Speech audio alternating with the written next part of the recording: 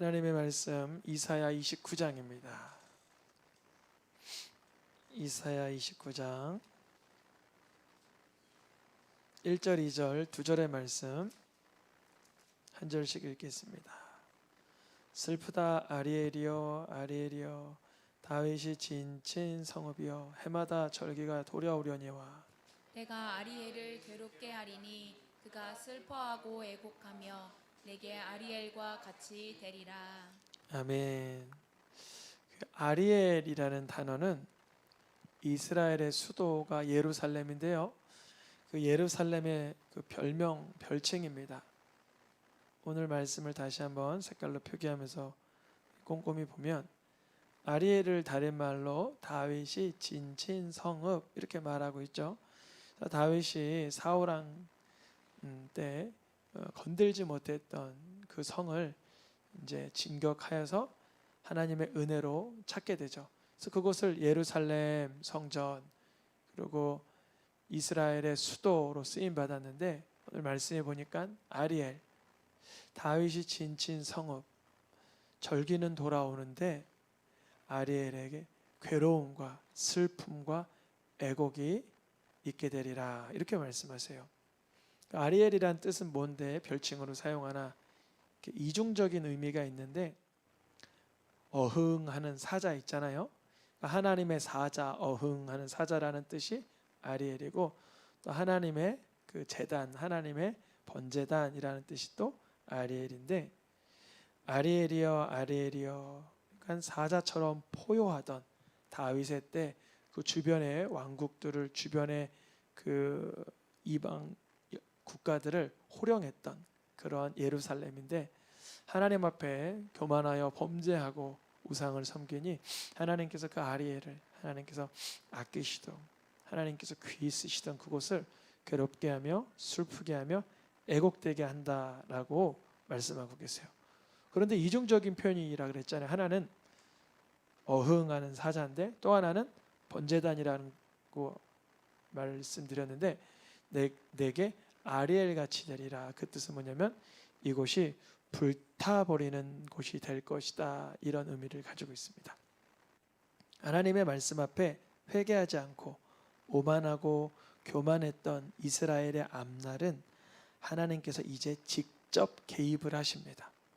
여러분 하나님 개입하기 전에 이거 오만이다 교만이다 하는 건 빨리 버리시면 좋습니다. 그 다음 구절 가볼게요. 이제 시작됐어요. 내가는 누굴까요?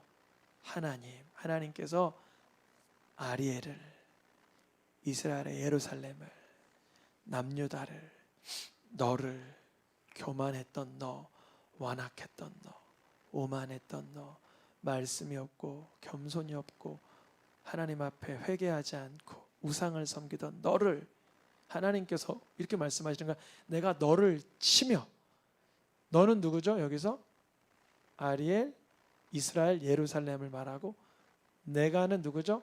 하나님이죠. 하나님께서 치시고 마치 호세아 선지자 말씀처럼 치시고 또 치고 그럴 때 너가 드디어 낮아지고 말소리가 나지막히 될 것이고 여러분 말소리가 좀 나지막히 되면 좋겠습니다. 말소리가 이거 왜 이래요? 이러면 돼요 안 돼요? 이거 우리는 이제 교회 안 다니는 사람들은 밖에서 그렇게 대화하는지 몰라도 우리는 그러면 안 돼요. 어떻게 해야 돼요? 늘 낮아지고 겸손하고 안 그러면 하나님께서 치셔서 또 치셔서 말이 어떻게 돼요? 말소리가 신음소리 그러니까 내 목소리가 땅에서 티끌같이 찌꺼리고 이렇게 하는 거 있죠. 사람이 너무 힘이 빠지면 이렇게 되잖아요. 이렇게 되는 거 아시죠? 그거를 내 목소리가 신접한 자의 소리같이 땅에서 말소리가 티끌같이 된다. 그럼 하나님께서 왜 이런 일을 하시나? 교만이 패망이 선봉이기 때문에 교만을 잘라내기 위해선 목소리가 나지막하게 신접한 자의 소리가 날지언정 그 작업을 하시는 거예요. 우리가 주님의 작업에 돌입받기 전에 빨리 깨닫고 겸손을 취하시길 축복합니다. 그게 제일 중요한 거예요. 그러면 주님이 아주 그냥 무지막지하게 사용하세요. 탁월하게 쓰세요. 저는 그 목사님이 왜 그런 귀하고 한국 교회를 대표하는 교회에 가서 목회를 하시게 돼서 후임으로 가셨거든요. 그래서 보니까 사람들이 한마디로 그분은 너무 겸손해 그러는 거예요. 그분이 담임 목회자가 되면 아무도 뭘 할 사람이 없고 아무도 부딪힐 사람이 없어요. 왜냐면 그분이 너무 온유하고 겸손하기 때문에. 우리 성도님들 그렇게 쓰임받게 축복합니다. 어딜 가든지. 그러면 이 이스라엘 백성 예루살렘 남유다를 겸손케 하기 위해서 사용했던 대적들은 어떻게 되는 것인가? 하나님께서 이스라엘 예루살렘이 아리엘이라 부르면서 교만했을 때 겸손하게 하려고 사용했던 막대기가 있었어요. 주변의 강대국. 근데 하나님의 손에 붙들릴 도구라는 사실을 알 때 그도 겸손해야 돼. 내가 누군가에게 혹시나 훈계하거나 책망하거나 이렇게 조심스럽게 조언할 기회가 있다면 여러분 겸손히 나도 마치 죄인인 양 그렇게 할 수 있길 축복합니다. 만약에 이스라엘 남유다 예루살렘의 교만함으로 인하여 하나님께서 막대기를 드셨으나 그 막대기가 아수르나 바벨론인데 내 대적의 무리, 내 대적은 내가 누구냐면 아리엘, 예루살렘, 이스라엘은 그 겸손함을 취하기 위해 막대기로 하나님 앞에 혼쭐이 나는지 모르겠지만 너 대적의 무리, 그러니까 이스라엘을 때렸던 예루살렘을 겸손케 하기 위해 사용됐던 그 막대기는 갑자기 그들이 허망해지는 경험을 하게 된다는 거예요. 여러분 때로 이런 거 있잖아요. 우리가 저도 그래요. 교만할 때 누군가 들어서 저를 낮추실 때가 있다라고 생각을 해요. 그러면 나를 낮추기 위해서 쓰임받는 그 어떤 대상은 하나님께서 어떻게 다루실까요? 또 똑같은 방식으로 다루시는 거예요. 그 자가 자기가 도구인 줄 알고 온유와 겸손으로 쓰임받으면 그는 하나님의 손에 붙들린 자와 같이 되지만 내 대적의 무리 이스라엘을 겸손케 하기 위해서 쓰임받았던 막대기와 같은 아수르와 바벨론 그 강포한 무리들은 날아가는 겨와 같이 후 불어버리신다는 거예요. 우리가 겸손케 훈련받기 위해서 고난받는 자리에 있든 혹시나 누구에게 내가 조언과 책망을 하는 자리에 있든 늘 겸손할 수 있기를 축복합니다. 바로 아리엘을 치는 열방의 무리, 아리엘과 그의 요새를 치고 그를 공곡케 하는 그 모든 자들은 그의 삶이 그냥 허망한 환상같이 꿈같이 지나게 될 것이다. 그래요. 이런 거 있어요. 믿는 자를 막 이렇게 공격해서 뭔가 얻으려고 하는 자가 있다고 해볼게요. 근데 그가 뭔가 믿는 자를 구박하고 괴롭게 할 때 그 믿는 자는 무슨 생각해야 되냐면 하나님이 저런 현상과 환경을 통해서 나를 온유와 겸손과 무릎 꿇음과 회개로 이끌어 가시는구나. 이걸 빨리 깨달아야 돼요. 이쪽에 있다면. 또 이쪽에 있는 사람 아리엘을 치고 아리엘을 쳐서 괴롭게 하는 그 막대기 같은 자는 빨리 내가 지금 하나님 도구로 쓰임 받을 뿐이니 나도 겸손하고 온유하고 내 죄를 깨닫기를 빨리 취하지 않으면 그의 삶의 목적과 방향은 꿈같이 밤의 환상같이 마치 이런 거 있잖아요. 꿈에 뭔가 맛있게 먹었는데 깨면 어때요? 아유 배고파 그러잖아요. 꿈에서 뭔가 막 마셨는데 일어나면 아이고 갈증나 그런 것처럼 아리엘, 남유다, 예루살렘을 치던 자들은 시온산을 치던 자들은 그렇게 될 것이다. 그래요. 우리 성도님들은 세상에서 공격이나 어려움을 당할 때 하나님이 그 어떠한 모든 것들을 갚아주시리라 신뢰하시길 축복합니다. 그리고 내가 할 분량만 하면 돼요. 주님은 나를 낮추시고 온유하고 겸손하고 주님 손에 붙들리게 하기 위해서 이 과정을 갖게 하시는구나를 보시면 돼요. 이거 반드시 중요합니다. 근데 그 훈련을 피해가고 도망다니면 또 그런 현상을 또 만나요. 무슨 말이냐면 나 이런 거 싫은데 왜 자꾸 이런 일이 일어날까? 그래서 거기를 피해요. 그러면 또 다른 대상, 또 다른 환경을 통해서 그걸 또 만나게 하세요. 주님이 뭘 말씀하시는 거냐면 그 사람이 못되고 그런 환경이 못됐다가 문제가 아니라 내가 하나님 앞에서 얼마나 부서지고 깨어지고 회복되고 충만해지는가를 보시는 거예요. 우리 성도님의 삶 속에 오늘 이사야 29장 말씀이 기억에 남기를 축복합니다. 하나님께서는 우리를 어떻게 가꾸어 가시냐면 그 토기장이가 진흙을 통해 자기가 원하는 모습대로 그릇을 만들어가는 것과 같이 우리를 그렇게 이끌어 가세요. 그러면 토기장이가 이렇게 그릇을 만들어 갈 때는 뭐 깨기도 하고 다시 부수기도 하고 다시 또 치기도 하고 그 물매에 돌리기도 하는데, 우리는 토기장이가 만드는 그릇이라고 할 때 나를 무엇로 만들어 가실까요? 바로 말씀으로 우리를 갖고 가세요.